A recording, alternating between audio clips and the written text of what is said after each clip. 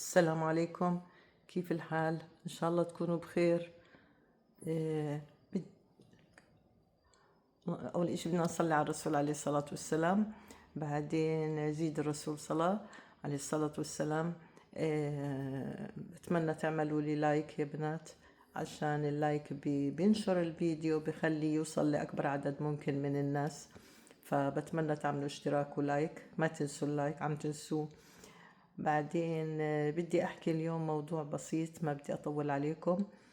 آه، لأن القناة هي عنوانها منوعات ودردشات ومواضيع مختلفة. في موضوع عن تساقط الشعر، عن الشعر الخفيف. عندي وصفة كانت حكت لي إياها زمان خالتي الله يرحمها، من أكثر من 20 سنة، 25 سنة، 26 سنة حكت لي إياها. فالوصفة هاي، فهي عبارة عن شو الوصفة؟ عبارة عن إنه منجيب زيت زيتون، ومنجيب بصلة حمراء، من الأحمر مش أبيض، الأبيض فيها مي. بصلة حمراء وراس توم، منقشر التومات، منقطعهم تقطيع عشوائي، البصل منقطعها تقطيع عشوائي، ومنحطهم في الخلاط، بنضربهم كويس لحد ما يصيروا ناعمين قدر الإمكان. بعدين بنحطهم مرتبان، بننساهم أسبوعين، يعني ما بنستخدمهم لبعد أسبوعين. بعد أسبوعين بنقدر نستخدمهم. بنحط معلقة من هاي الزيت، بنحط معلقة منه، بنحط ممكن بيضة، بتحطي مايونيز، بتحطي بيضة، مايونيز، معلقة عسل كمان كويس، كتير مفيد العسل للشعر. وبتحطيه على شعرك قد ما تقدري، ساعة، ساعتين، ساعة ونص، حسب. مرتين بالأسبوع حطيه. وبتتخيليش الشعر كيف رح يصير بأقل من 3 شهور، ببلش ينبت. فكتير هاي الوصفة ومجربة، أنا ما رح أحكي لكم أي وصفات مش مجربة، كل وصفاتي مجربة أنا عملتها على نفسي ولاقي نتائج مبهرة. هلأ إذا حطيتي أول ما تضربيه على الخلاط وتحطيه، بصير بالشعر ريحة مش كويسة وبتطول لتروح.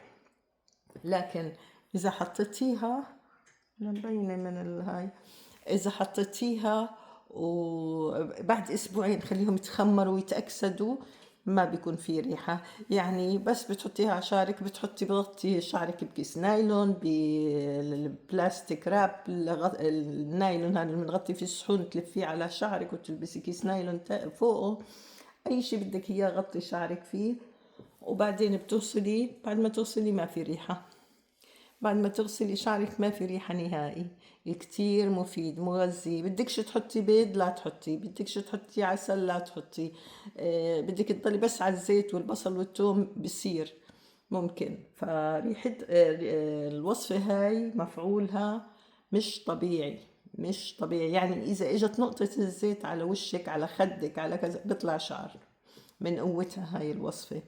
فأي حدا بيعاني من نقص الشعر أو ضعف الشعر أو الشعر خفيف، يسويها ويجربها ويشوف. بس ما تستخدموها قبل أسبوعين، خلي أسبوعين لتتأكسد وتتخمر مع بعضيها المواد، خليهم يتخمروا مع بعضيهم، بعدين بتستخدموهم.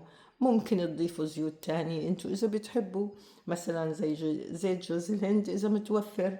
ممكن ترمي المرتبان هذا، تحطي لك حبة واحدة كبش قرنفل، ما تكتري، كبش القرنفل حامي على الشعر.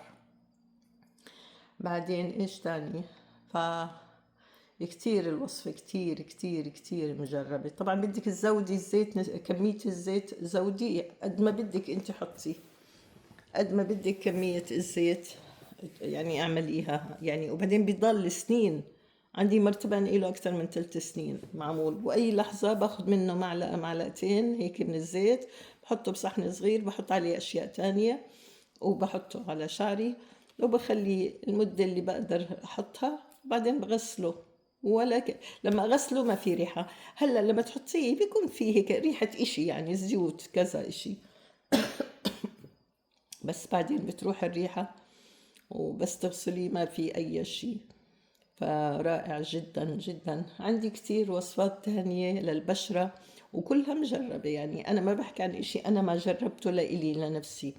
أنا يعني وصفات كتير سهلة، وزي ما بيقولوا يعني قد الإيد وموجودة بكل بيت، يعني عبارة عن نشا، خميرة، بيض، لبن، عسل،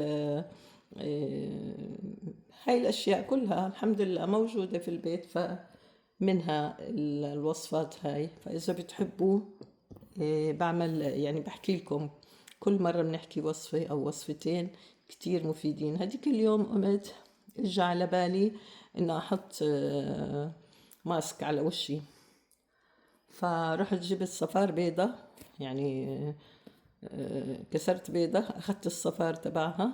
والله البياض هي موجود بالثلاجة بكاسة صغيرة، يعني بستخدمه لأشياء تانية.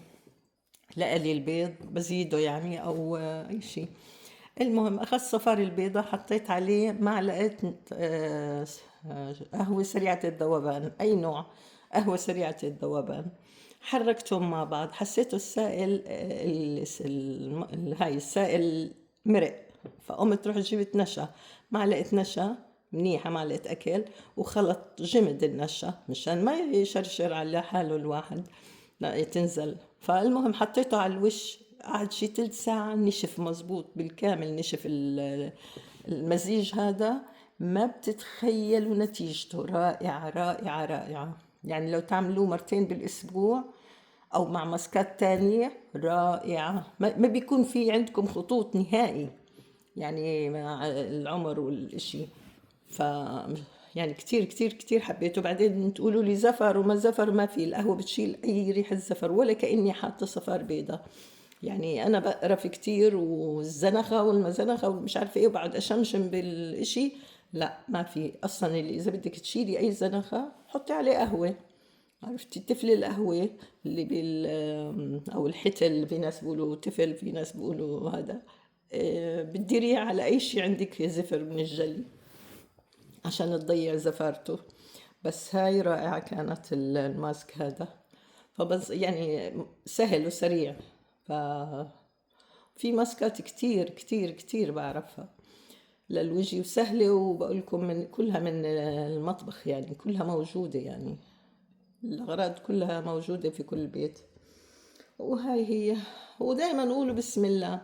مرة عملت خلطة للشعر، حطيت كبش قرنفل، وحطيت يعني أزازة فيها شامبو وكبش قرنفل، وحطيت فيها I think مية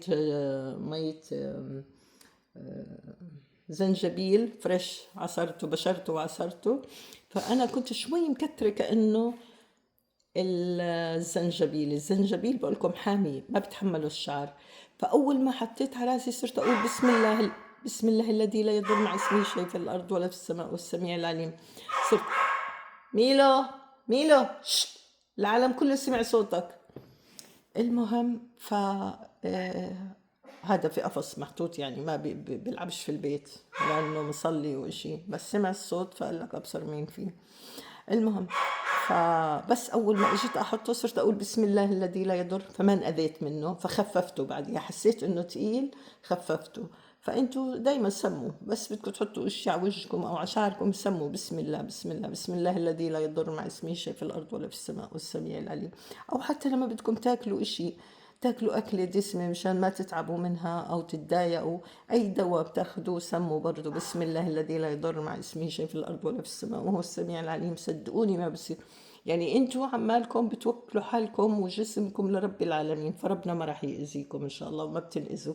ربنا ما بيأذي، ربنا هو أصلا ما بيأذي، بس إنه يعني ما لا دواء بيأذي ولا أكل بيأذي، يعني مش بيأذي الأكل بس بيضايق، يعني بتحس حالك صار عندك تخمة أو شيء، ما بصير الحمد لله.